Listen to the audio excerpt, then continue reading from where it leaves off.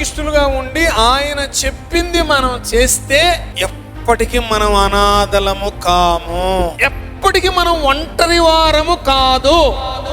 చాలా మంది బాధపడతా ఉంటారు, నాకు ఎవరు ఉండరు, నా కడుపులో చెప్పుకుంటానికి తల్లి లేదుగా, నన్ను ఆదరించడానికి తండ్రి లేడుగా, నా తోబుట్టు లేరుగా, ఉన్నా గానీ వాళ్ళు శత్రువులుగా ఉన్నారుగా, ఉన్నా గానీ వాళ్ళు నన్ను అల్లరి చేసేవారుగా ఉన్నారుగా, అల్లరి చేసేవారుగా ఉన్నారుగా, నన్ను ఆదరించే ఒక్క ఆత్మీయుడు లేడుగా, ఒక్క తోబుట్టు లేదుగా, ఒక తోబుట్టు లేడుగా, ఎవరు లేరుగా, ఒంటరిగానే మిగిలిపోయానుగా, ఎందుకు నా జీవితం? కొన్ని నిరాశపరులతో చెప్తున్నాను, ఆయనకి ఇష్టడుగా నువ్వు ఉండు, ఇష్టరాలుగా నువ్వు ఉండు, ఎప్పటికీ నువ్వు ఒంటరివి కాదు. ఎందుకు నిన్ను ఒంటరిని చేశారు? ఎందుకు ఎవరు నిన్ను కలుపుకోవట్లేదు? ఎందుకు నిన్ను ఎవరు పలకరించట్లేదు?